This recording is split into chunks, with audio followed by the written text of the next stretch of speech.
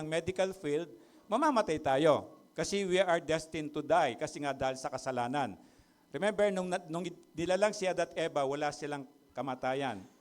We were created in the image of God, di ba? Walang kamatayan parang Diyos. Kaya lang dahil sa kasalanan, sinuway nila yung utos, nagkaroon ng kamatayan. So, magmula noon, meron ng kamatayan. So, hindi natin maiiwasan yun. Kaya lang importante na pagkatapos nating mabuhay sa lupa, merong buhay. Pagkamatay natin, may another life yon. So, huwag kayong maniwala sa tinuturo ng mundo na kapag namatay ka, hindi mo naman alam. Hindi eh. Malinaw sa Bible, pinag-aralan natin, pag namatay ka, conscious yung spirit mo. So yung spirit mo, alam niya kung nasa langit ka, kung nasa impyerno ka. Yun ang kwento natin last week. So tayo mabubuhay, mamamatay, pero i-consider mo, ano yung buhay after death. Ito yung importante kung bakit merong ganito, bakit merong Bible, bakit merong sermon, bakit merong Bible study. Para malaman ng tao na design tayo para sa Diyos, wala tayong kamatayan. Kaya lang dahil sa kasalanan, itong katawan natin, galing siya sa lupa, babalik sa lupa yan, mamamatay. Kaya lang, bago ka mamatay, dapat makapag-desisyon ka, saan pupunta yung espiritu mo? Remember when God created man, kumuha siya ng lupa, parang putik, di ba? And then, ginawa niyang parang form ng tao. And then, sabi ng Bible, hiningan yan. Parang ganon. And then, yung hiningan yun, yun ang buhay natin. That's the spirit. Comes from God yun. So, yung katawan natin babalik sa lupa, pero yung spirit dapat yun babalik sa Diyos. Simple lang, bata, na rin alam ng bata, di ba? Sabi ni Jesus, I am the way, the truth, and the life, di ba? Walang makakapunta sa bahay ng aking Ama sa langit, kundi sa pamamagitan ko, sabi niya, ang nagsasalita ay si Jesus. So, simple lang siya, hindi siya ginawang complicated. Ngayong umaga, tingnan natin yung kapatawaran, nakita natin yung mga sanhi ng pagkakasala. Nasa Luke chapter 17 na tayo, sa biyaya ng Diyos, matapos natin yung Book of Luke, sa verse 1 to 4. Pwede pa tayong tumayo bilang respeto sa pagbasa ng salita ng Diyos at sabay-sabay natin siyang basahin. Sinabi ni Jesus sa kanyang mga alagad, tiyak na darating ang mga sanhi ng pagkakasala, ngunit kakilakilabot ang sasapitin ng taong panggagalingan nun. Mabuti pa sa kanya ang bitinan sa liig ng isang gilingang bato at itapon sa dagat kaysa maging sanhi ng pagkakasala ng sino man sa mga maliliit na ito. Kaya't mag-ingat kayo. Kung magkasala sa iyo ang kapatid mo, pagsabihan mo. At kung siya'y magsisi, patawarin mo. And verse 4, kung 7 ulit siyang magkasala sa iyo sa maghapon, at 7 ulit ding lumapit sa iyo at sabihin niyang, nagsisisi ako, dapat mo siyang patawarin. Amen. Ama, salamat po sa salita mo na pwede po naming pag-aralan, pakinggan. Tulungan mo po kami na hindi lang po kami maniwala, kundi Panginoon, isabuhay po namin ito para mangyari nga po yung magandang plano mo po sa bawat isa po sa amin. Ingatan mo po kami, ikaw po ang magsalita sa bawat spirit po namin. Ikaw po yung may taas po namin, may baba po namin ang sarili po namin. Ito po yung dalangin ko sa pangalan ni Kristo. Amen. Pwede pong umupo. So, ang kinakausap ni Jesus dito, itong mga alagad niya. Remember, yung scenario, na-imagine nyo, there are tens of thousands of people. So, sabihin natin mga 25,000 o 30,000 yung mga sumusunod kay Jesus. Of course, yung mga sumusunod sa yun, iba-iba yung motibo nila, di ba? Meron doon yung, kasi pag nagtipon si Jesus, parang dito sa atin, kahit na simple lang, meron tayong pagkain, di ba? So, mga iba doon pupunta para sa pagkain. There's nothing wrong with that, di ba? Gusto ko rin kumain, di ba? So, yung iba naman, gusto nilang makatanggap ng miracle, yung kagalingan, di ba? So, maganda yon. Yung iba naman, kailangan lalala ng parang to be entertained ba? Kasi gumagawa ng miracle, tapos maraming tao, maraming pagkain, so parang na-entertain sila. Pero meron din doon, talagang naniniwala kay Jesus. Ito yung mga nagiging alagad niya. Kaya lang nandun pa rin yung mga salungat kay Jesus, lalo ni mga Pariseo, mga Sadducees. Mga Pariseo, sabi ng Bible, malinaw, sabi nila sila yung mga hypocrite. Kinasusuklaman sila ni Jesus, bakit? Alam nila yung sinasabi ni Jesus, pero hindi nila pinaniniwalaan, kaya hindi nila pinapamuhay. So sabi niya parang, di ba, ang tinuturo sa atin na kung sinasabi mo, dapat gawin mo. And then itong mga Sadducees, ito yung mga Sadducees, kaya sabi nila, they are sad, you see. Sadducees, ibig sabihin, hindi sila naniniwala na merong buhay after death. So nakakalungkot, di ba? ano ka, para ka lang kabuti, nabuhay ka, tapos namatay ka, binalak sa lupa. So nakakalungkot sila. So itong mga taong ito, actually against sila kay Jesus. Nandun sila, hindi para makinig sa tinuturo ni Jesus. Nandun sila, yung iba okay lang pagkain, yung iba miracle, yung iba entertainment, di ba? Pero itong mga Sadducees, mga Pharisees, na talagang gustong turuan ni Jesus dito sa lesson natin, sila nandun sila para hanapan ng butas si Jesus, para magkaroon sila ng reason para patayin si Jesus. Remember yung panganay, magkapatid, panganay tsaka bunso. Yung bunso, di ba, masama siyang anak, pero nung ma-realize niya, naghirap na siya, kumakain na siya ng baboy, amoy baboy na siya, siguro mukha na siyang baboy, di ba? Pero nagsisi siya, di ba, pinatawad ng Diyos. Yung kwentong yon tungkol sa taong masama, pero nagbago, pinapatawad ng Diyos. Pero itong kuya niya, apparently para siyang mabuting bata, di ba? Hindi niya inuwan ng tatay niya, lahat ng tatay sinusunod ng utos ng tatay niya, pero hindi talaga niya mahal ang tatay niya. Remember yung end ng kwento natin last time? Itong si kuya, na apparently Christian siya, sinusunod niya yung utos ng tatay niya, hindi niya iniwanan ng tatay niya katulad ng bunsong kapatid niya, nilustay niya yung kayamanan, yung prodigal son. Pero hindi niya mahal ang tatay niya, hindi niya mahal yung kapatid niya. Anong ginawa niya? Di ba? Kung hindi sinabi sa Bible yung end ng story, pero ang end ng story noon, makita mo yung prodigal son, meron siyang 18 verses, stanzas, and then dito sa kay kuya, dapat 18 din. Pero pag pinag-aralan mo siya, bakit 17 lang? Merong kulang. Ito yung tinuturo ni Jesus, na dapat ito yung makinig tayo kay Jesus, ano yung resulta nun. Ang resulta nun, di ba, maglaro sa isip mo, pag pinag-aralan mo yon, sa galit ni kuya, bakit siya nagagalit? Pinatawad ni tatay yung kapatid niya na nagbago. Parang ganon, pinatawad ng Diyos yung taong nagkasala. Tayo naman lahat nagkasala, di ba? At galit siya doon. Anong ginawa niya? Kumuha siya ng kahoy. Pinagpapalo yung tatay niya hanggang mamatay. Anong simbolo nun? After few months, nung incident na yun sa Bible, ipinako man si Jesus sa cross. So the same. Hanggang ngayon, yung lesson ni Jesus para sa mga ganitong tao, meron yung iba yung motibo, meron yung gusto niya ma-entertain, gusto niya makakita ng miracle, gusto niyang gumaling yung karamdaman niya, gusto niyang kumain, walang masama sa yon. Pero ang pinakagusto ni Jesus, matuto yun, sabi niya, merong pang higit dyan. Merong higit dyan, bago ka mamatay, dapat merong kang assurance of your salvation. Ito yung goal, ito yung purpose kung bakit paulit-ulit natin pinag-aaralan to. Kaya sabi niya, alagan ni Jesus, ang Pariseyo, ito yung audience niya sa kwento natin this morning.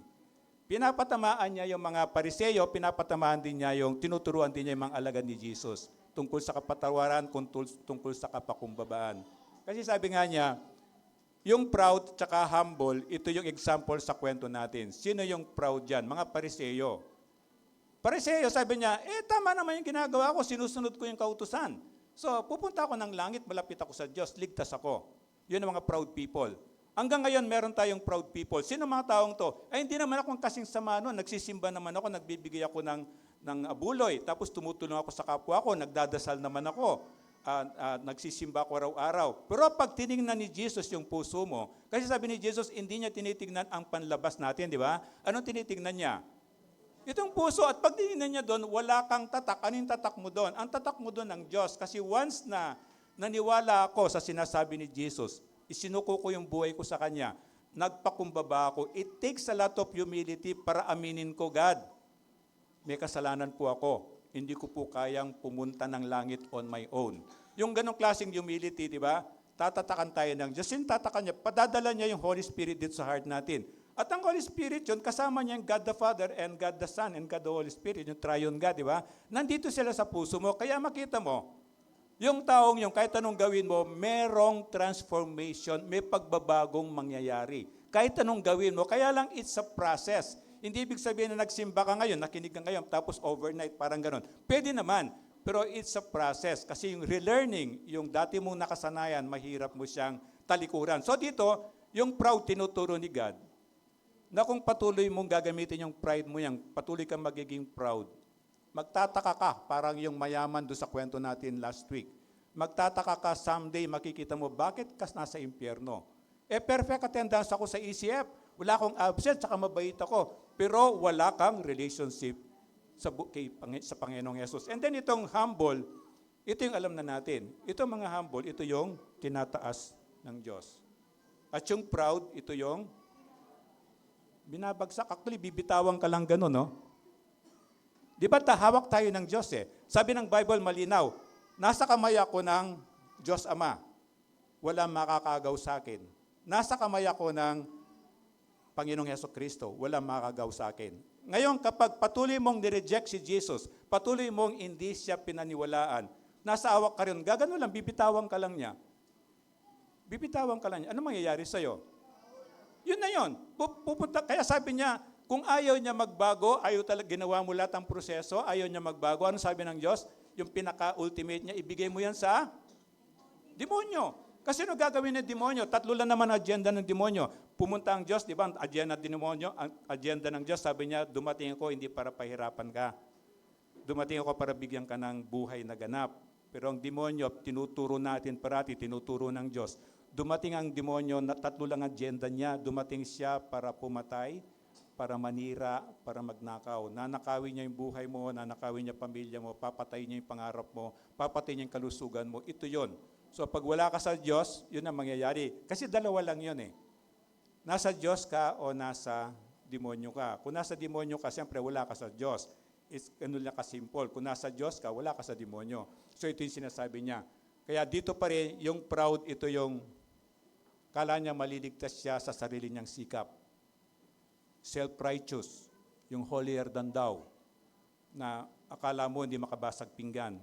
Pero pag tinignan mo yung puso, sabi ng Diyos, para siyang libingan, naka-whitewash yung labas, nakapintura ng puti, malinis, di ba?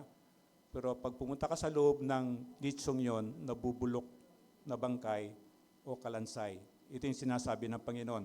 Kaya itong humble, ito yung tema ng isa sa pinaka-tema ng lesson natin this morning. Sabi ng Panginoon tungkol sa kapakambaan, ginawa kong dalawa para maintindihan natin. Mag-ingat na matisod. Ang iba, matisod sa English yung stumble. Hindi dapat may stumble ang tao nang dahil sa iyo. Ito, sorry, nagkamali typo error. Handang magpatawad. Handang magpatawad. Magpatawad lang yan. Kaya lang kamali. So, ito yung dalawang punto lang maintindihan natin. Kung Kristiyano ka, at dayan ng lesson natin this morning, makikita mo dapat sa ito. It's a clear evidence na tunay na anak ka ng Diyos, Kristiyano kang tunay, nandito sa ito, itong dalawang ito. Ito yung tema ng lesson natin this morning. Sabi niya sa 1 Peter 5b, second part ng verse 5, sabayan niyo ako, sinasalungat ng Diyos ang mapagmataas, ngunit pinagpapala niya ang mababang loob. Sinasalungat. Sinasalungat. Napakagandang Tagalog, di ba? Sinasalungat ng Diyos. Kung proud ka, ahadlangan ng Diyos. Yung works ng hands mo, hindi lang sa hindi niya bibless, hahadlangan niya. Magtanim ka ng halaman, hindi niya pababungahin yon. Nakuha? Ito yon. Ito yon. Nagtanim ako ng halaman, nagtrabaho ako. Ang Diyos ang nagbe-bless doon. Nag-asawa ko, ang Diyos ang magbe-bless ng mga children, ng mga anak sa inyo. Blessings ng Panginoon yan. Ngayon, sabi niya, malinaw dito. Pero kung mananatili kang proud, sabi niya, sasalungatin ka ng Diyos. Mananalo ka ba? Hindi. Yun eh. That's the reality. Hindi ko pwedeng kalabanan ng Diyos. Kaya kapag hindi pa ako mananampalataya, hindi pa ako naniwala kay Diyos, hindi pa ako anak ng Diyos, ano ako ng Diyos? Enemy ako ng Diyos. Ngayon kung enemy ka ng Diyos, ano mangyayari sa'yo? Kaya mo bang manalo sa Kanya? Yun simple reality na yun. So sabi niya, sasalungatin ng Diyos ang mapagmataas. Pero yung mapakumbaba, sabi niya, ito yung iangat niya. Ibig sabihin, lahat ng gagawin mo, pagpapalayan ng Diyos yon. Kahit na hindi ka masyadong marunong magtanim, siguradong magbubunga yan. Kasi biyaya ng Diyos yon. Itong pride from the start, hanggang ngayon naman eh. Tingnan mo yung katabi mo. Tingnan mo yung katabi mo. Yung magandang tingin. Sa tingin mo ba proud siya? Huwag mo sasabihan. Sabi, tingnan mo lang eh. Titingnan mo lang, di ba? Titingnan mo lang, di ba? So, tingin mo naman, hindi siya proud, di ba? Wala na yung pride kasi nandito siya eh. Nandito siya, di ba? It takes a lot of, para makapunta ka dito, malaking effort. Wala tayong elevator. Tapos pagpasok mo doon, hindi gumamit ng pabango, di ba?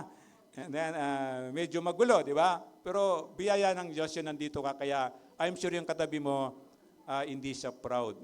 Okay ka, sabi mo sa katabi mo, okay ka lang. So remember itong pride na to, from the beginning, di ba? Bakit pinalaya si Lucifer, si Satan, ang demonyo, ano bang mga tawag mo sa kanya? Di ba? Iba-iba yung tawag sa kanya. Bakit siya pinalaya sa heaven? Siya yung the most beautiful creation na angel ni God. Siya yung pinaka-leader ng lahat ng angel ni God. Di ba nakita niyo sa Netflix na Lucifer? Yung ganun, makita mo yung personality niya, yun ang kinreate ni God from the beginning. Bakit siya itinapon sa earth? Bakit siya naging fallen angel, a very good angel siya? Because of this. Because of pride. Ano yung ginawa ni devil o ni Satanas o ni Lucifer? Bakit siya tinapon dito sa lupa? Bakit siya pinalayas ng heaven? Because of pride. Kasi gusto niya maging katulad ng Diyos. And then, tinan mo rin nangyari kay Adan at Eva, di ba? Nakita mo, sabi ni God, lahat ito, nilagay sila sa paraiso, di ba? Lahat ito pwede niyong enjoyin. Except yung one na yan, yung one na punong yan, sabi niya, do not even touch, huwag ka lalapit, huwag mong amoyin, lalo na huwag mo kakainin, di ba? Pero dumating si Satan, di ba? Sa Asya, di ba? O sabi niya kay Eva, tinwist niya yung salita ng Diyos. Salita ng Diyos, lahat to pwede mong kainin except yung one. Ang banat ni Lucifer sa kanya, totoo ba? Na sinabihan ka ng Diyos na hindi mo raw pwedeng kainin lahat to. Nakita mo, tinwist lang niyang konti. It sounds like, di ba, parang ganon. Pero makita mo, merong difference. Pero alam ni Eva, kasi nung sinabihan siya ng Diyos, yung asawa niyang si Adan, naririnig ni Eva yon na dito lahat pwede mong kainin except this one. Bakit naman daw, sabi ng si Satan, di ba? Remember, Satan is the father of lies. Kaya pag merong kasinungalingan, kahit sa conversation nyo, ayusin nyo kasi parang pinapasok mo na doon si Satan. So, never lie. Kung magkamali ka man, balikan mo kaagad, sorry, alam mo sinabi ko, hindi totoo yun. Balikan mo kaagad, bawiin mo. Yung sinabi ko, exaggerated yun. Exaggeration is also a kind of lie.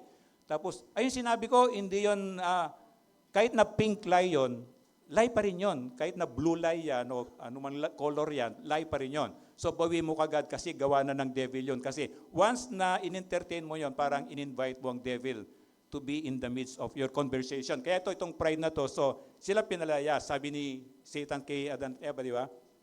Hindi naman, di ka mamamatay. Magiging katulad ka ng Diyos.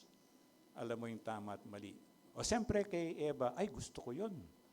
Maging Diyos ako. So the same pride. Until now, kapag hindi tayo nag-ingat, ito yung ginagamit ni Satan para mapalayo tayo sa Diyos at lalo na mapahamak tayo doon sa gusto ng Diyos na gusto ng Diyos walang isa man sa nilalang niya mga tao na mapahamak sa impyerno. Hindi ka man maniwala sa hell. Hindi ka man maniwala sa hell dahil totoo yun mangyayari. Yung mga estudyante sa Chengdu sa China, yung first mission trip ko doon, pag sinabi mo kay si Jesus sa kanila, sinong Jesus? Never heard si Jesus. Of course, that was the time of Mao Zedong. And then, dun bawal. Pag nahuli akong ginagawa ko yung pugot ula ko sa plaza. Alam mo, ginagamit ko lang sa kanila, kasi wala silang concept eh. They never heard about the Bible, they never heard about Jesus. So, ginagawa ko lang, ituturo ko sa creation ni God. Ganyan, no? Sasabihin ko lang, sa tingin mo, kayang gawin ng taong yan? Alam mo yung mga pilosopong estudyante, di ba punta ka ng Divisoria, ang dami, ganyan katulad talaga, plastic. Kaya, pastor, sabi niya. So, kahit ako nahihirapan ako to prove sa kanila, sa creation lang makikita mo na merong Diyos. And then, ito yung sabi niya, mawawala yung pride kapag naniwala kang meron kang bagay na hindi mo kaya. Parang hindi mo kayang pumunta ng langit on your own. Iyon, parang yun antidote ng pride. O nga, no? Kahit mayaman ako, hindi ko kayang bumili ng ticket papunta ng heaven. So ito yung antidote ng pride, yung kapakumbabaan. God, tulungan mo po ako. Hindi ko po kaya. Ito yun, parang tingin mo sa sarili mo para kang beggar na wala ka nang may pagmalaki. Tulungan mo po ako. Kung di mo po ako tutulungan, hindi ko po kayang magtagumpay. Kung di mo po ko tutulungan, di po ako matatapos sa pag-aaral ko. So lahat ng bagay, ito yung hinanap ng Diyos. At ang sabi niya, ikaw ay tataas o ikaw ay pagpapalain.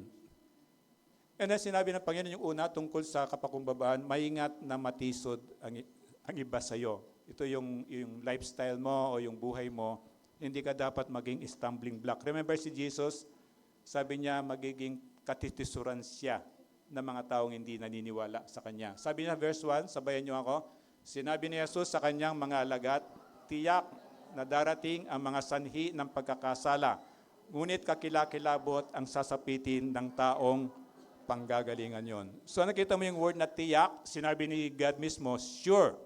Sure na darating yan. Kaya tayo piniprepare ni God na pag dumating yon, medyo maiwasan natin na mahulog tayo doon. Alam mo yung bitag. Yung bitag na, hindi naman sinabi ng demonyo na magnakaw ka, di ba? Hindi naman sasabihin eh. Ang gagawin lang ng demonyo, gagawa siya ng paraan na merong temptation diyan. O nakita mo diyan yung mga sila Ninoy. Ay wala nang Ninoy ngayon, di ba? Yung mga nagkalat lang diyan. So mati-attempt ka. Hindi naman niya sasabihin siya literal na magnakaw ka, hindi. So ito yung mag-ingat. Pero tiyak sabi ng Diyos, and then sabi niya, ang warning niya dito sa panggagalingan. So you put yourself, ilagay mo sarili mo dito, na hindi dapat ikaw ang panggagalingan o ikaw ang dahilan para magkasala ang isang tao. Kasi bakit? Anong warning niya? Sa sinabi niya, mabuti pa sa taong yon ang bitinan sa liig ng isang gilingang bato at itapon sa dagat kaysa maging sanhi ng pagkakasala ng sino man sa mga malilit na ito. So ang warning ng Diyos, hindi ikaw ang maging katitisuran. Sino sinabi niya, anong gilingan bato? Alam mo yung gilingan bato, hindi yung katulad sa nanay ko na maliit na ganon, hindi ganon. Di ba merong gilingan bato? O yung, hindi nyo na ma-relate yun, no? Kasi nung araw, gagawa ka ng puto. Di ba? Ibababad mo yung bigas, tapos gigilingin mong ganon, magiging para siyang puree. Yun ang gagawin yung puto. Ngayon, hindi na, di ba? Punta ka ng grocery, bili ka ng arena, bilis na. Pero hindi po yon. Ang gilingang batong yon, kung pupunta ka sa Israel, meron pang ganun yon. Yung pinipisa nila yung olive fruit, di ba? Yung olive fruit, yung unang katas niya, ito yung mabibili sa ating grocery na extra virgin olive oil. And then yung secondary katas niya, ito na yung mga lower class. Malaking gilingan bato yon, ilalagay doon yung mga olive fruits, mga ganito kalalaki sila, mga ganito kalalaki. And then, gigilingin yon. Ang naghihila nun is either asno or basta't animal. So, malaki siya. Na-imagine nyo, malaki siya, itatali sa liig mo yon. At itatapong ka sa pinakamalalim na dagat. Ano lang, it's an analogy, it's a symbolic na sinasabi ng Diyos, mabuti pa sa iyo ang mamatay. Nakuha niyo? Kung ikaw ang panggagalingan ng pagkakasala ng tao, mabuti ka pang mamatay ka na. Yun ang sinasabi ni Jesus. Halimbawa yung seduction, di ba? Sa generation niya ngayon, napakalakas ng lust, di ba? Ito yun eh. Sinusudyos mo isang tao and then natukso siya, ang sabi ng Diyos, mabuti pa sa iyong mamatay ka na. So nakuha niyo? This is the bottom ng lesson natin, na hindi dapat ikaw yung panggagalingan ng pagkakasala. Burara ka sa pera, kakalat-kalat ang pera mo. Tapos pag nawala yung pera mo, natukso yung taong kunin ng pera mo, sino may kasalanan? Ikaw. Ito yung sinasabi ni Jesus, na hindi dapat ikaw ang panggagalingan, hindi dapat ikaw ang katitisuran ng mga malilit na to. Sinong malilit na to? Mga dwarf? Hindi, walang maliit sa pregoner, matataas na mga pregoner. Di ba? Yung mga bansot, hindi sinasabi niya. Ang malilit na ito, itong mababa pa o bata pa ang sa pagiging Kristiyano niya. Nakuha?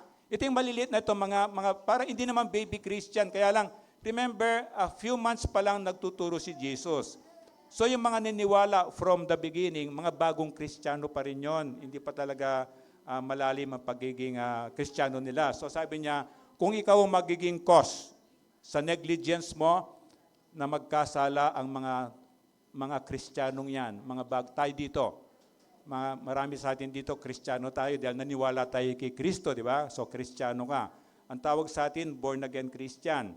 Kasi isinilang ka na muli. Ang difference ng born again Christian saka ng generic na Christian. Yung born again Christian, sinusunod niya yung utos ng Diyos.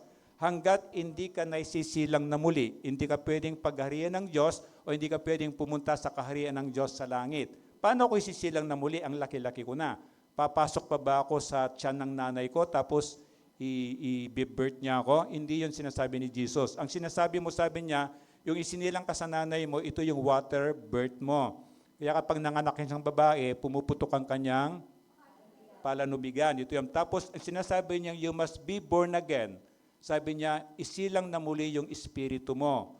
Kasi dahil sa kasalanan, patay yung espiritu. Yung baby ito, buhay ang katawan niya, pero paglaki niya, kailangan niyang makilala si Jesus. Kaya sinabi ni Jesus, I am the way, the truth, and the life. Para mabuhay muli yung patay na espiritu niyon because of sin, kailangan si Jesus. Ito yung sinasabi niya, na kapag naging cause ka ng kasalanan ng mga maliliit o bagong Kristiyano yan, hindi pinag-uusapan yung edad. Maring late ka na naniwala kay Jesus, sabi niya, mabuti pa sa iyo ang mamatay na or ibibitin ka sa malaking gilingan, itatapong ka sa malalim na karagatan. And then, mas maganda pa ang mamatay ka na kung ganon. So, maging responsible ka. Kristiyano ka, matatagang Kristiyano, member ka ng isang Christian church, yung testimony mo o yung buhay mo, importante yon. Importante yon na baka hindi mo sinasadya, na-stumble na sa iyo yung iba. Kaya isisingit ko yung testimony ni Brother June na 3 minutes para magpatutuo si Brother June doon sa ginagawa ng Diyos sa kanya. Kasi napaka-importante yung testimony natin, ano yung ginagawa ng Diyos sa iyo, at pwede mong ipamahagi sa iba para sila din maniwala sila na merong buhay na Diyos o merong totoong Diyos. Si Brother John, siya po yung ginagamit ng Diyos. Nag-iimbita siya ng mga tao at yung mga taong yun makakilala sa Panginoon. Teka, sandali. Sana pag sa Diyos, pinapalakpakan niyo siya. Siloso ang Diyos, Pwede ka dito para makita ka nila. Pwede ka doon para makita ka nila. Doon. Pwede na ron.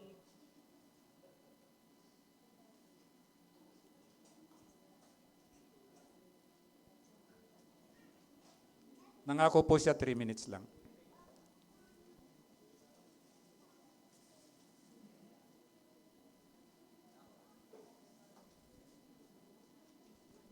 Una sa lahat, binabati ko muna ang mga staff at saka volunteer na tumutulong dito sa ECF.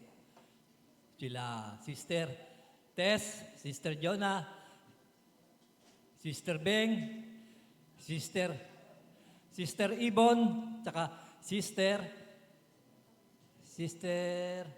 yung pamangkin ni Sister Chris, at si Brother Jerry, at si Brother EJ. Lahat ng mga brother at lahat ng sister, kasama na.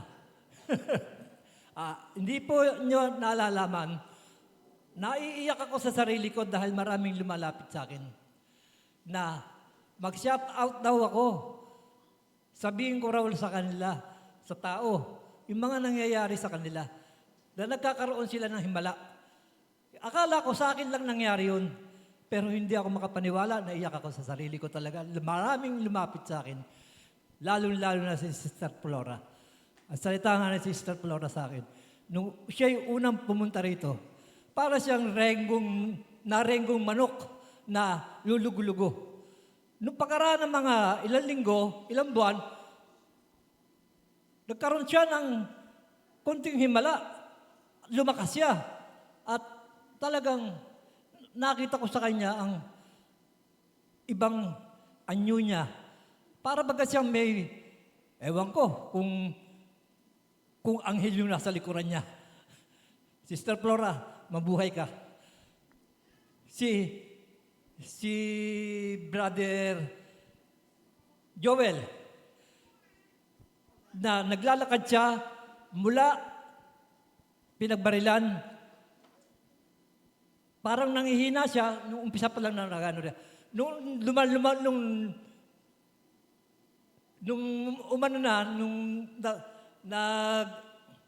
Tagal-tagal na, Parang nabaliwala sa kanya yung kanyang paglalakad. Nadire-diretso na siya. Si brother si Budoy, nang pumunta rito, walang trabaho. Wala po talaga siyang trabaho. Nagtaka siya, biglang-bigla na lang ilang buwan, nagkaroon siya ng trabaho. Di ba himala po yun? Sa pamamagitan ng ECF, sinabi ko nga sa sarili ko, akala ko ba sa akin lang nangyari yun? Marami palang nangyayari rito na hindi nyo nalalaman. Sa totoo lang po. Kaya napaiyak po ako doon sa mga sinabi nila sa akin. Na totoo, na, kagaya po ni Sister Beng, hindi po kumakain. Pero nung kasi kumain na, ng tanghalian, parang lumakas siya. Sister Beng, medyo tumataba ka. Medyo ingatan mo yung pagkain mo.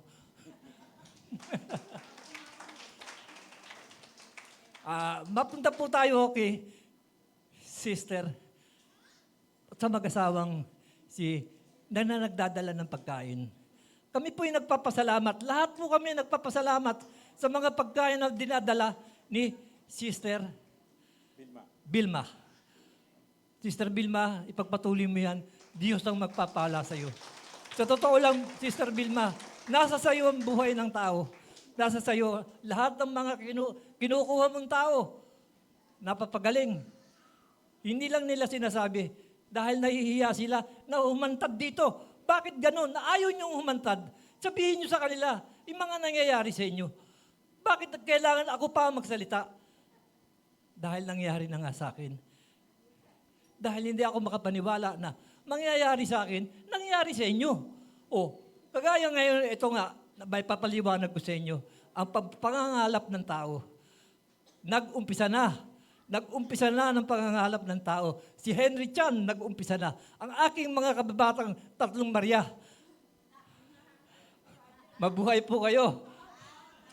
Sabi nyo nga po, pararamihin nyo ang ECF. Sana matupad po sa lahat ang mga sinasabi ng mga tao na may bumabalik, mayroong umaalis. Pag bumabalik sila, maganda ang kanilang ang nagiging biyaya.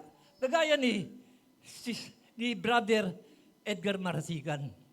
Isa po sa nagpapasalamat kay Pastor na napagdasal niya si Brother Edgar. Nakaligtas po si Brother Edgar sa pamamagitan ni Pastor Ed. Isipin po niyo yung malang nangyayaring ganun na akala namin hindi na mangyayari sa kanila. Pero nangyayari po. Hindi ko po akalain na yung pagkakawala ko noong 1 linggo na nanggaling akong Batangas, may nangyari po lang na nagpunta ng ospital si Brother Willie. Si Brother Willie po, aakyat na lang po sa hagdanan, nahilong bigla. Hindi po natuloy. Kaya nung araw ng 1 linggong yun, hindi po kami nakasipot na dalawa. Ang nangyari kay Brother Willie, pumunta ng ospital at nagsalita sa ECF ng simbahan ng ECF. Ngayon, napakalakas. Ewan ko, anong nangyayari dito sa loob ng ECF na to? Sana tayong mga tao, sana tayong mga nandito, sana magkaroon tayo ng pagkakaisa. Paramihin natin ang ating membro. Nakikita naman natin ang himala. Huwag kayong mahihiyang magsalita na sabihin nyo lahat ang mga nangyayari sa inyo. Mag-asawang si Brother Ben, sinabi nga niya, lumakas sila sa pamamagitan. Si Sister Nora na kapitbahay ko sa Makati. Sister Nora, ipagpatuloy po ninyo yan. Lalakas po tayo. Salamat po sa yun lang po. Panginoon. Again, ginagamit ng Diyos iba-ibang pamamaraan. Hindi po ako nagpapagaling. Ang Diyos lang, parang instrumento lang. Pero tama yung sabi ni Brother John, kung utos ng Diyos, kung sino man ang may karamdaman sa inyo, sabi niya, bakit hindi nyo tawagin ang pinuno ng simbahan para kayo ay pagdasal? So, yun po yung pagsunod natin yun. So, it's not a prosperity gospel, pero kailangan talaga natin sa buhay natin ng Panginoon. Yun lang ang pinaka-important. Una-una yung kaligtasan natin, And yes, ligtas ka na, hanggat buhay ka pa, nandito ka pa sa earth, di ba? So kailangan natin ng kaagapay. Ang sabi ng Diyos, katulong eh. Ang Holy Spirit, tinawag siyang katulong. Imagine mo, katulong mo ang Diyos sa negosyo mo, sa pamilya mo, sa trabaho mo, lahat. So isama lang ang Panginoon, yun yung pinaka-importante doon, na hindi tayo mabuhay on our own. So paano natin pakikitunguhan ang mga bagong mananampalataya o bata pa sa pananampalataya? Ito yung challenge sa atin. Kristiyano ka, anak ka ng Diyos, mananampalataya ka, nakikita yon sa gawa mo. Siyempre yung bagong Kristiyano, nagkakamali pa yan. Parang kanina yung mga bata, sorry pastor, nakapagbura ako. So process yun eh. Sabi ko okay lang, next time sabi ko mababawasan yan. Basta't patulong ka lalapit sa Diyos. So it's a process. So kung mananampalataya ka, maintindihan mo yung mga ganon, hindi yung i-judge mo sila kaagad. So isang karakter na magandang karakter ng may kapakumbabaan ng tunay na Kristiyano. So sabi niya, mag-ingat ka kasi sabi niya, tiyak na darating yon, tiyak na darating. O sige mo, wise yung daga kasi hindi siya matatamaan ng patibong. Kasi ginagawa ng devil, gagawa siya ng trap para matrap ka. Anong trap na yon? Para magkasala ka.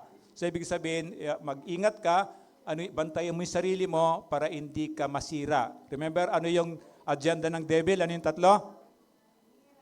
Manira. Magnakaw. Pumatay yon.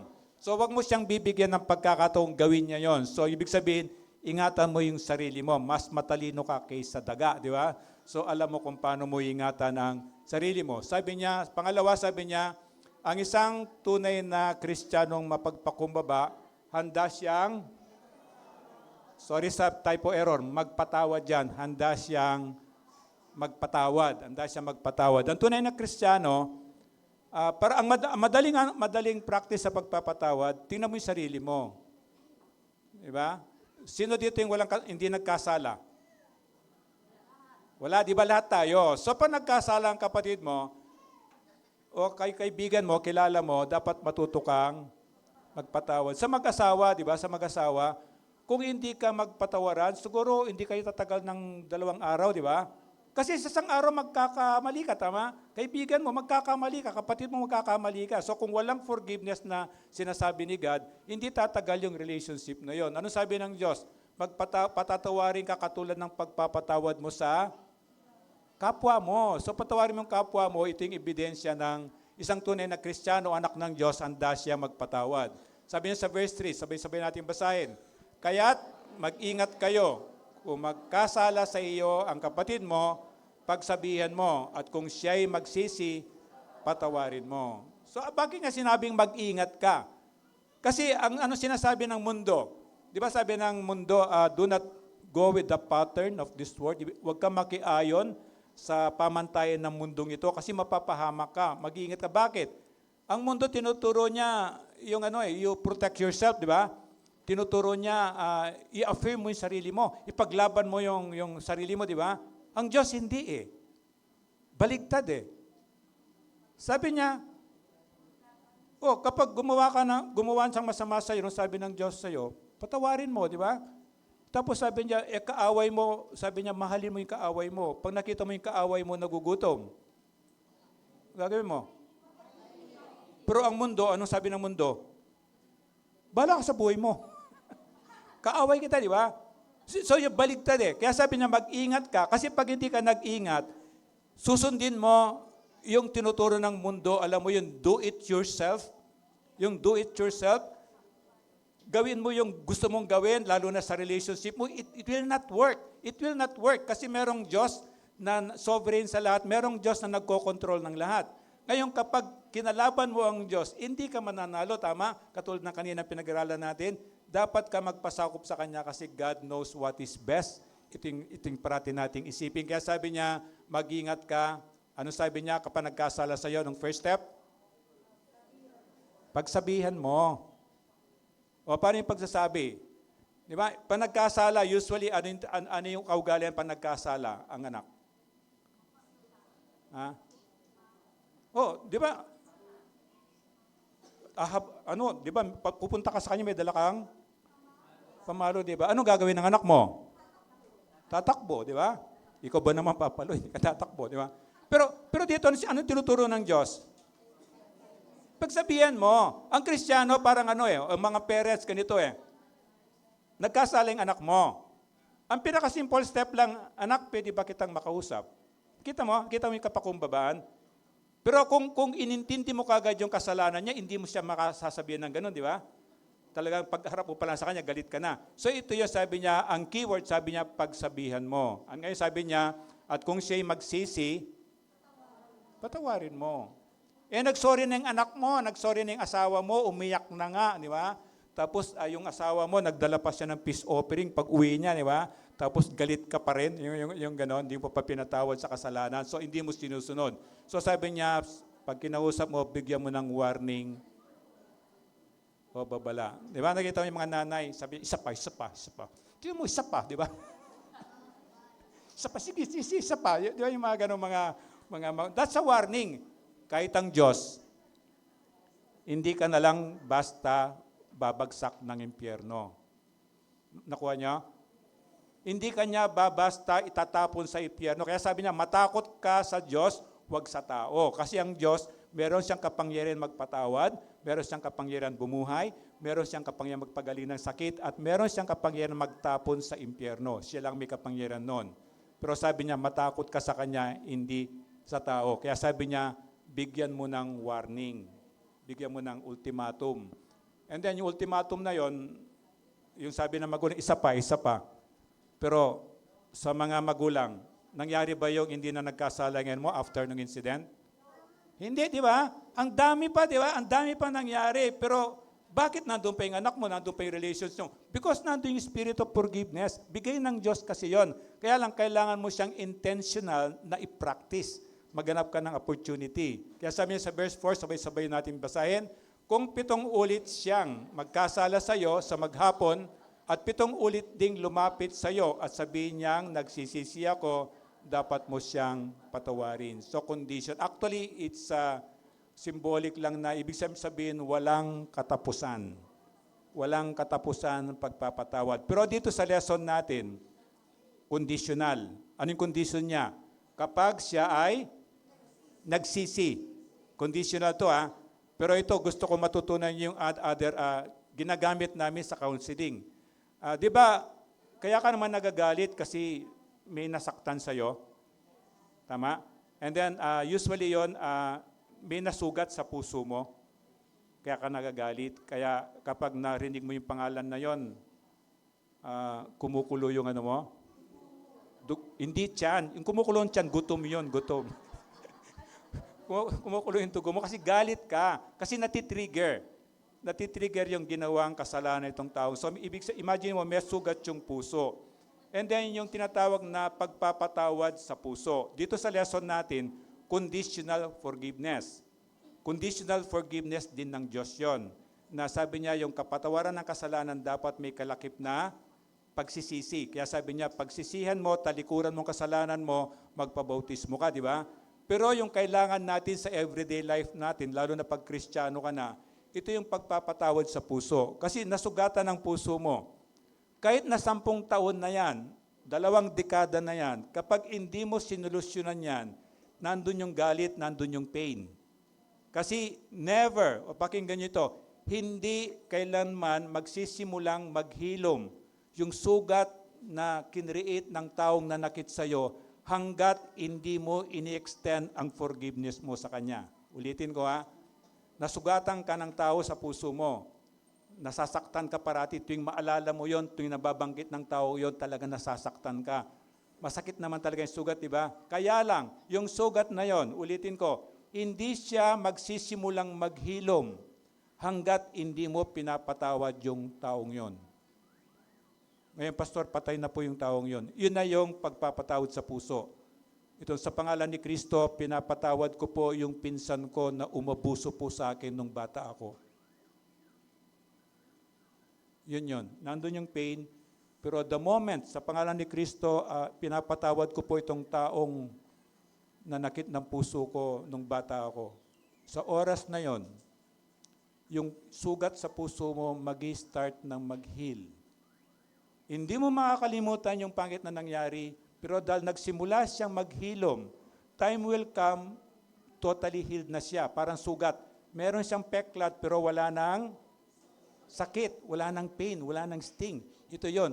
So, ito yung tatandaan natin na yung pagpapatawad sa puso. Kung sino man ang nandyan sa puso mo, nagalit ka, marami yan, maniwala ka, marami yan. Tinatakpan mo lang. Tinatakpan mo ng kabisihan, tinatakpan mo ng bisyo, tinatakpan mo ng kung ano-ano yan. Pero until na dumating yung time, harapin mo yan.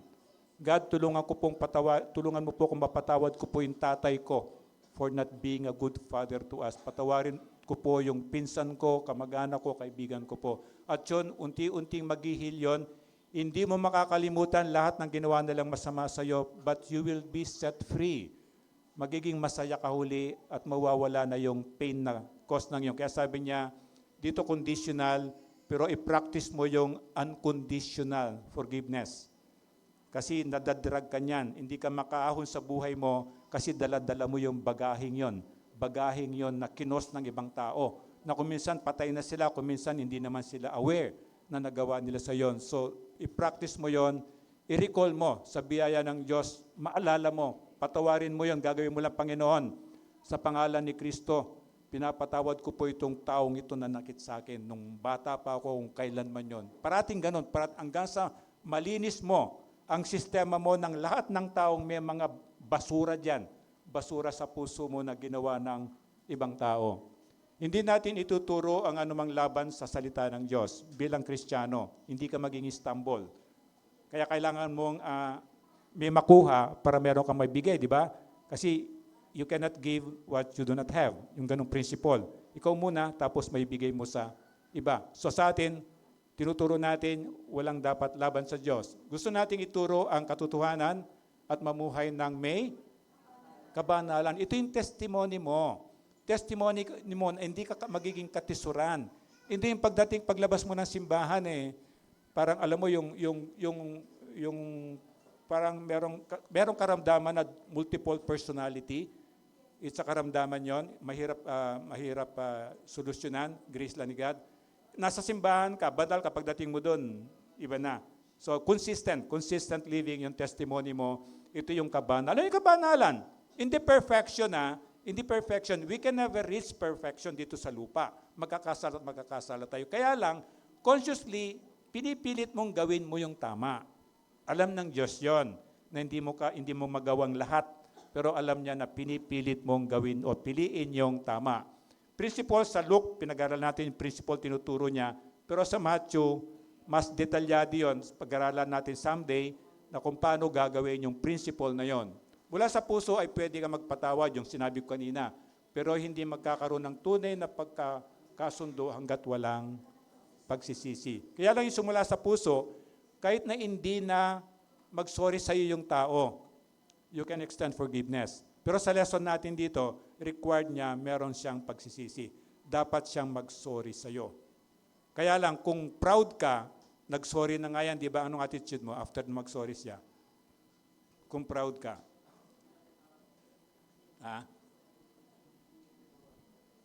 Yun. So you can test yourself. Marami nagsusorry sa inyo pero hindi mo na-extend kagad yung forgiveness, tama? Nagsorry na nga sa'yo pero inismiran mo pa rin. Nagsorry nga sa'yo pero hindi mo talaga tinanggap. So you practice. Nagsorry na sa'yo. Sabi ni God, ilang beses? Ibig sabihin, walang tigil. Walang tigil. It's a lifestyle na nagsorry sa'yo, i-extend mo yung forgiveness.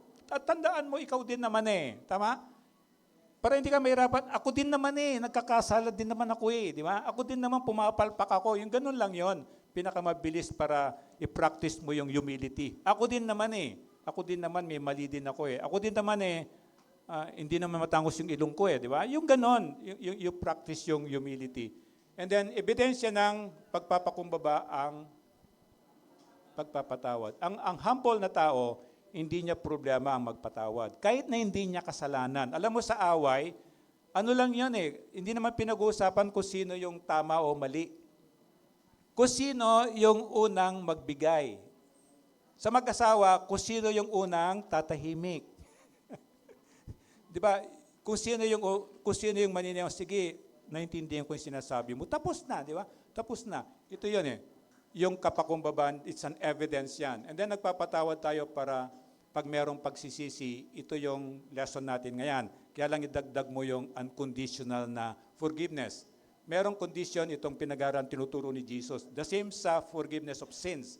Sabi niya, kailangan mong pagsisihan, talikuran na yung kasalanan at ikaw ay mapagbautismo. At itong summer sana, baka pwede na tayong mag-baptize. Ito, baptistry po to. Meron siyang stairs yan, papunta sa dressing room doon. So, paisa-isa yung binabaptize dyan. And then Psalms 85:2, sabay natin basahin. Yung kasamaan ng mga anak mo'y nilimit mong tunay. Pinatawad sila sa nagawa nilang mga kasalanan. Sinabi ni God yan. So kung ikaw tao ka, hindi ka makapagpatawad, ang Diyos nga sabi niya, nilimot na niya. Sabi sa Bible, as far as the east from the west. Sabi kay buturan ng pinakamalalim na dagat, parang simbolo na kinalimutan na ni Diyos yung kasalanan natin.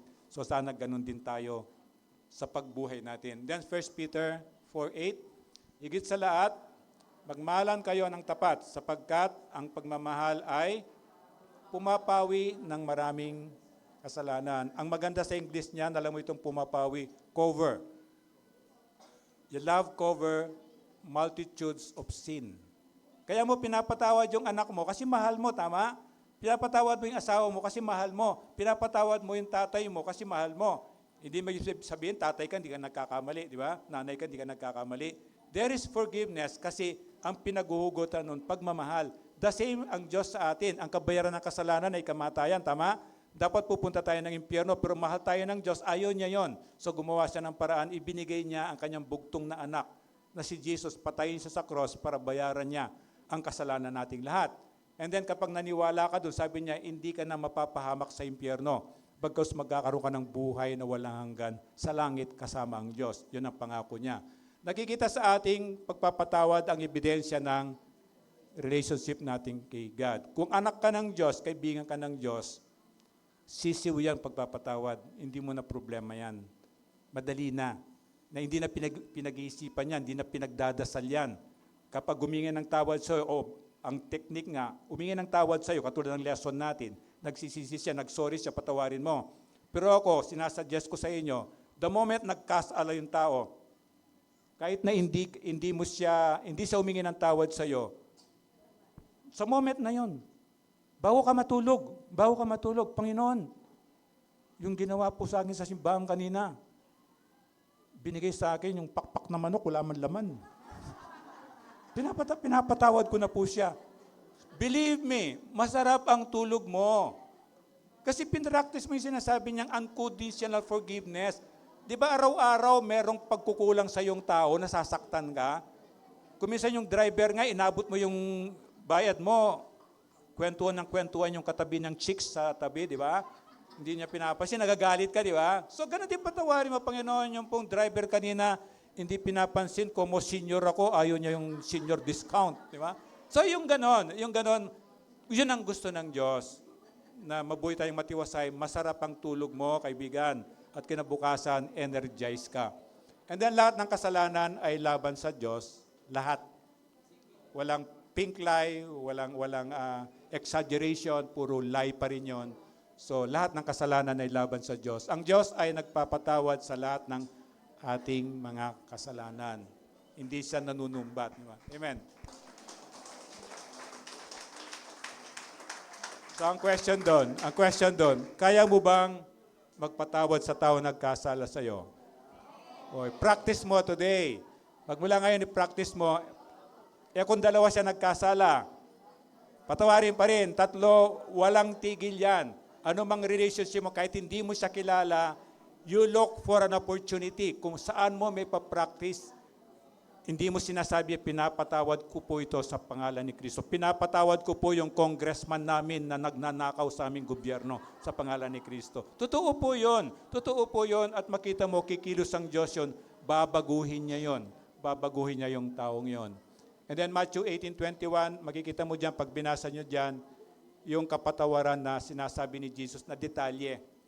Ano yung nagpapatawad? Sabi niya, 70 times 7 tapos sinulit pa niya, ibig sabihin yon walang katapusan. Walang katapusan. Kasi titingnan mo parang hindi ka mahirapan, ikaw din naman abang nandito ka sa lupa, kahit Kristiyano ka, nagkakasala ka pa rin, tama? So yun, so madali mo siyang i-practice kasi tingnan mo yung sarili mo. Ako rin naman Ako rin naman, araw-araw nagkakasala ako sa Diyos. Hindi nga isa lang, hindi lang dalawa, hindi lang tatlo. Kasi kahit sa isip, sabi ng Diyos, nagkakasala tayo, tama? Kaya isipin mo yon, isipin mo yung sarili mo para hindi ka mahirapan magpatawad sa iba. Kasi kapag Kristiyano ka, naniniwala tayo dito sa ECF, once saved is always saved. Kapag tinatakan ka ng Jesus, tapos nag-backslide ka, tinatawag nila, nag-rebelde ka, hindi ka na nagsimba, tinuturo ko at pinapaniwalaan ko kung tunay na tinanggap mo si Jesus sa puso mo, hindi mawawala ang iyong kaligtasan. Pinagdidibetihan po ito. Paano daw kung Kristiyano ko tapos nagrebelde ako, hindi na ako sumusunod sa Diyos? Kung tunay na ikaw ay naging Kristiyano, tinanggap mo si Jesus sa puso mo, hindi nawawala yon.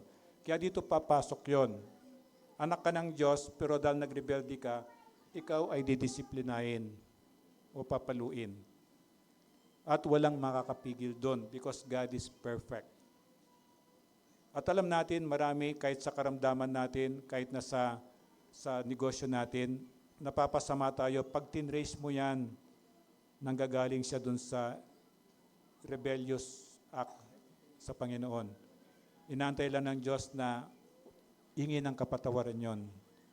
And then, through that, dinidisiplina ng Diyos para ingatan natin yung katawan natin. Dinidisiplina tayo kasi anak niya tayo. Dinidisiplina tayo kasi mahal niya tayo. Itong pagpalo ng Diyos, hindi katulad sa nanay natin, pwede natin takbuhan. Ang Diyos hindi pwede. Kaya sinuturo ng Diyos ito, sabi niya, mag-ingat tayo na hindi ka matukso ng demonyo para ikaw ay magkasala. Kasi merong consequence.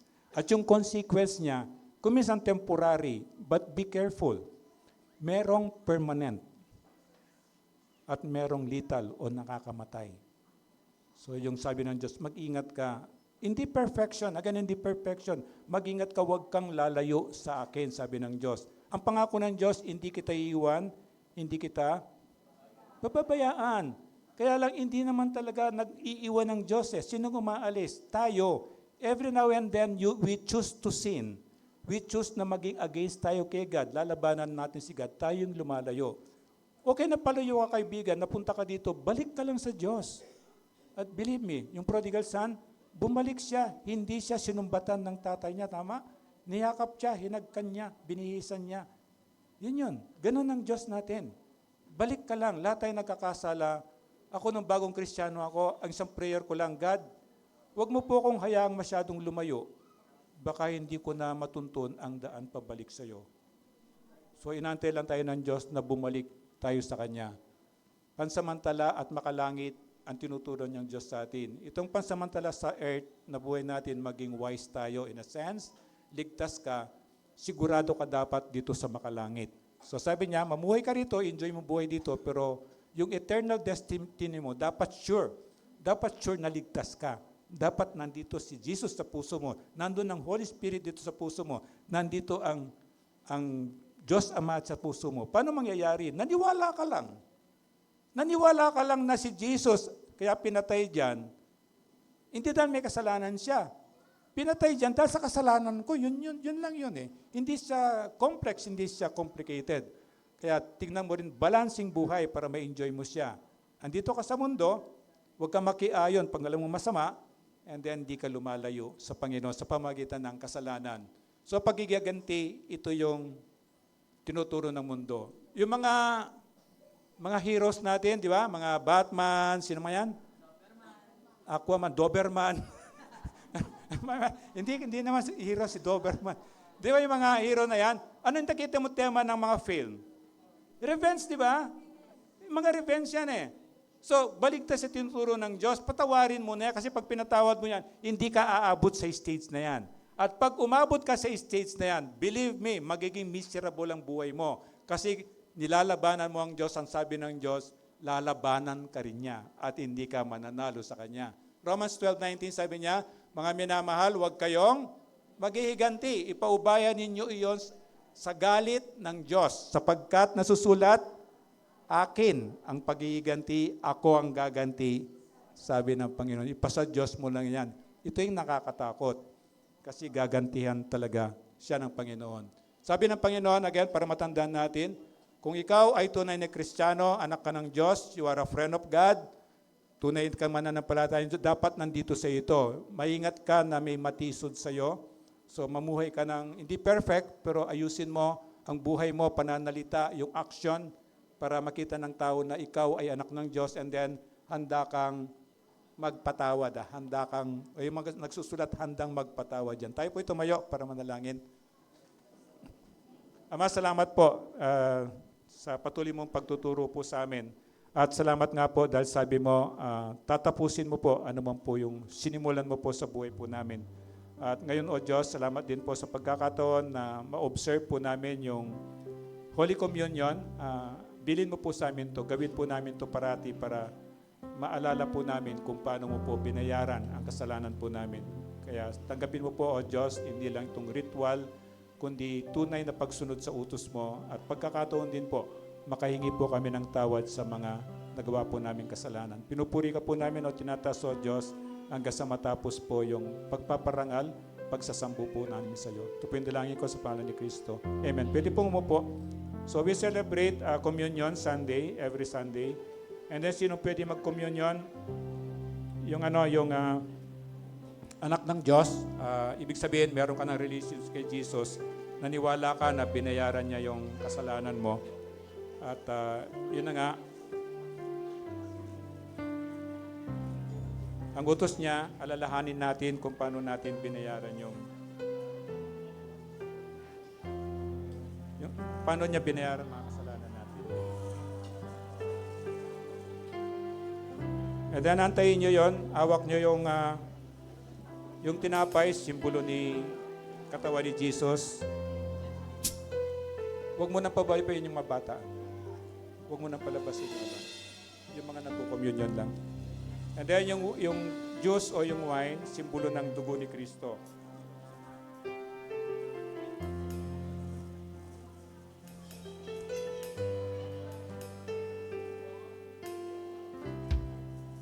Antayin niyo po pag binigyan ng usher yung tinapay at saka yung wine, hawakan niyo lang, sabay-sabay natin gagawin mamaya.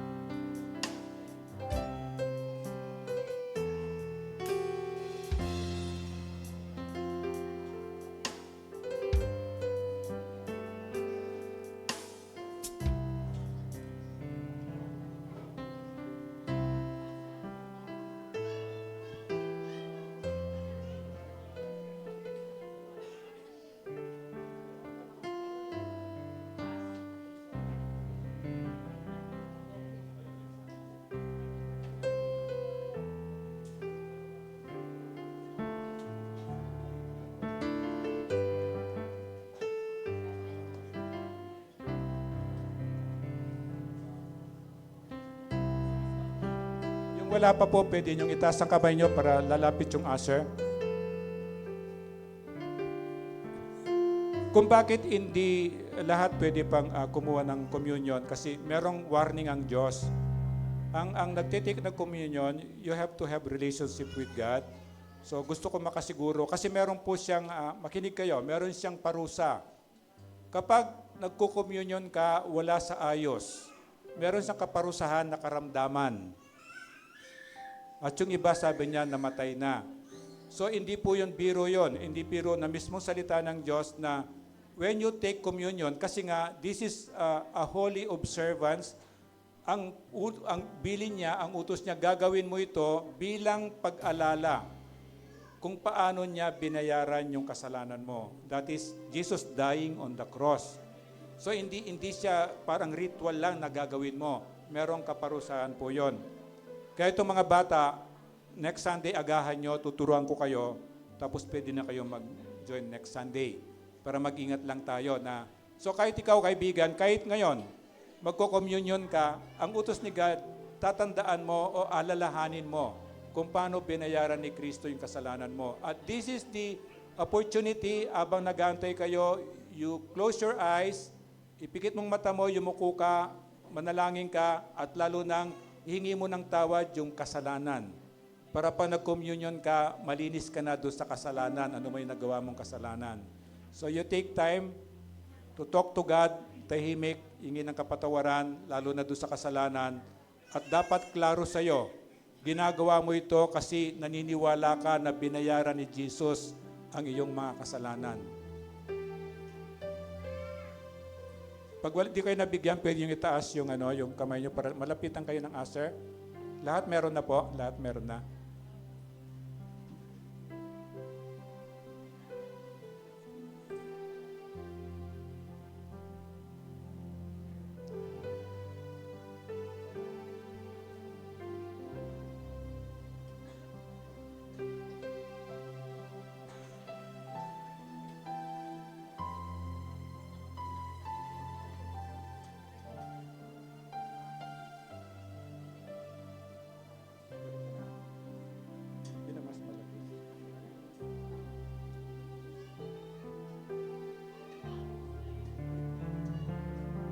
Lahat po meron na.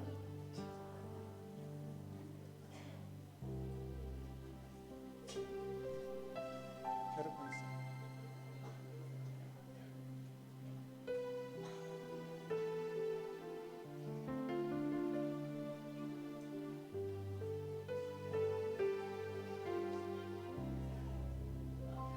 Pwede pong itaas itong tinapay at sumunod kayo sa akin. Panginoong Yesus, salamat po. Ibinigay mo pong katawan mo para tanggapin po ang lahat ng kaparusahan na mga kasalanan ko.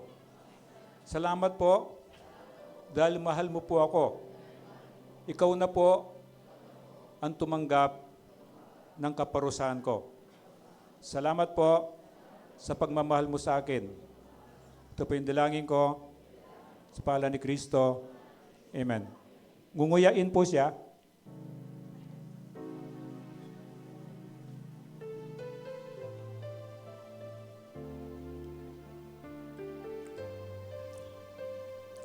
Pwede pong pakitaas yung cup. Panginoong Yesus, salamat po sa dugo mo na siya po yung ibinuhos mo para mahugasan po alat ng kasalanan ko. Ginagawa ko po ito bilang pagsunod sa utos mo. Habang inaantay po kita, parati ko pong alalahanin kung paano mo po binayaran ang aking mga kasalanan. Salamat po sa pagmamahal mo sa akin. Ito po yung dalangin ko sa pangalan ni Kristo. Amen.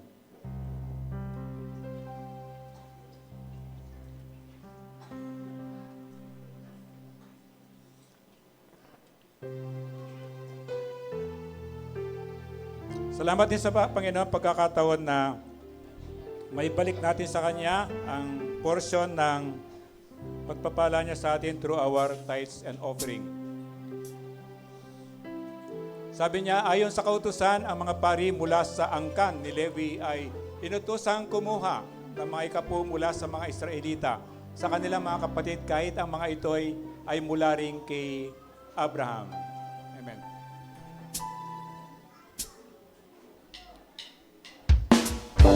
Pwede po tayong tumayo.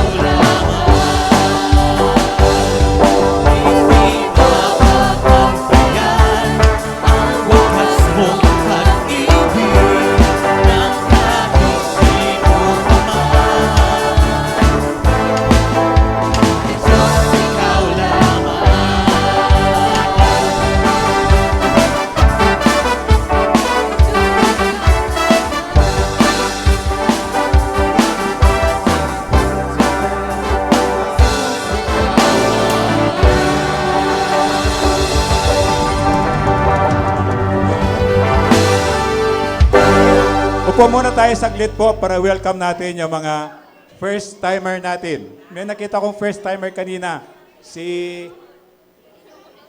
Hindi ako nabigyan ng pangalan. Tayo na lang po para makita kayo. Sir. Pwedeng isa. Asa si Allen? Isang aser dito para makita niyo yung first timer. Diyan, tayo nga. Tingnan mo yung first timer. Titingnan niyo kasi yung first timer para malaman niyo. Pakitayo lang po yung first timer lang tatayo para makita. Tapos, bibigyan kayo nito. Huwag kayong upo hanggang di kayo nabibigyan. Ha?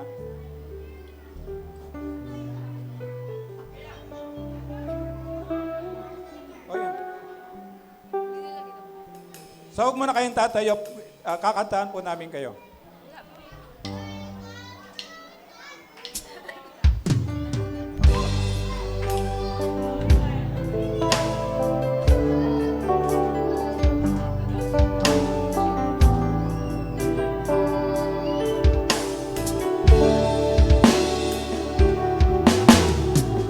Come to the family. We're glad that you have come to share your life with us as we grow in love. May we always be to you what God would have us be. A family always there to be strong and truly Welcome po. Sana next Sunday, balik kayo together, purihin natin ang ating Panginoon. Tayo po tumayo para sa benediction. Ay, ano muna pala, mga birthday, upo muna. Upo muna yung para i-recognize natin yung may mga birthday for this month. Every first Sunday of the month. Si Jerits, nandito ba si Jerits? Si Jerits, wala. Si Sunny. Patria. Si Melody nandun. No? Melody, tayo ka para ipag-pray ka namin. Si Melody, si Flora May, wala. Si Beth, wala rin. Si Rio, nandun, nakita ko si Rio. Tayo kayo para pag-pray namin kayo. Si Rio, tapos si Leonardo. O, nakita ko siya, di ba? And then si Dwight. Siya si Dwight. Itong karga-karga. And then si Valentina Lustre. Wala. Si Lorna, wala. Tayo ka para makita ka. Si Lorna Obsiana. And then si Erica Soriano. Wala. Si Evelyn Tenepre. Nakita ko kanina, si Evelyn. And then si Lindsay, wala rin. Si Mark Jason, wala. Si Albert, nandito. Si Albert. And then si Brianna, wala. Si Sister Tess, wala. And then kantahan natin yung may mga birthday. Nakuha nyo, Asers? Nakuha nyo?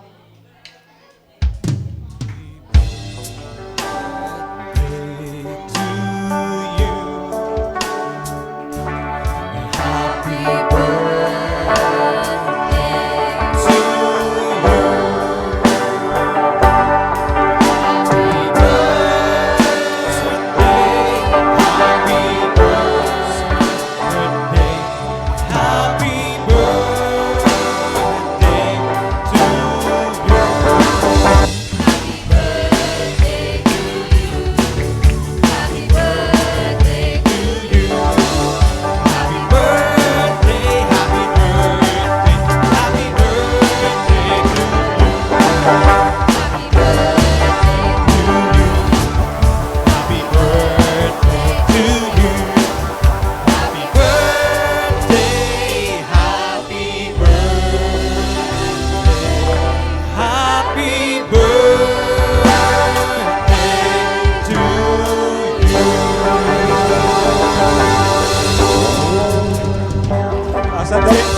Panalangin natin yung may birthday.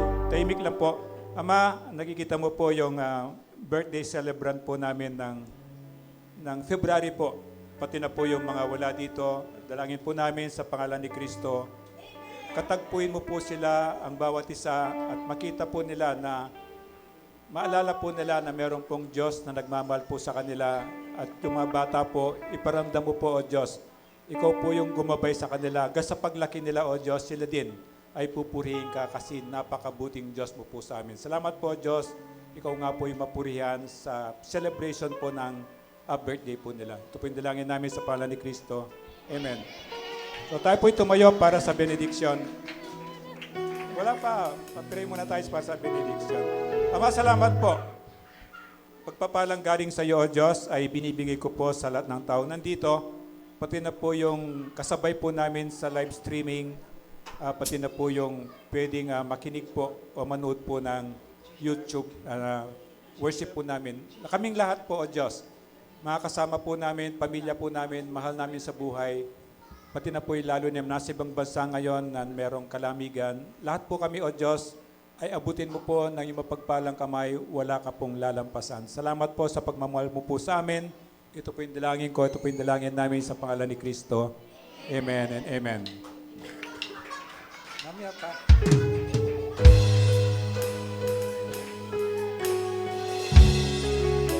Kakanta muna tayo.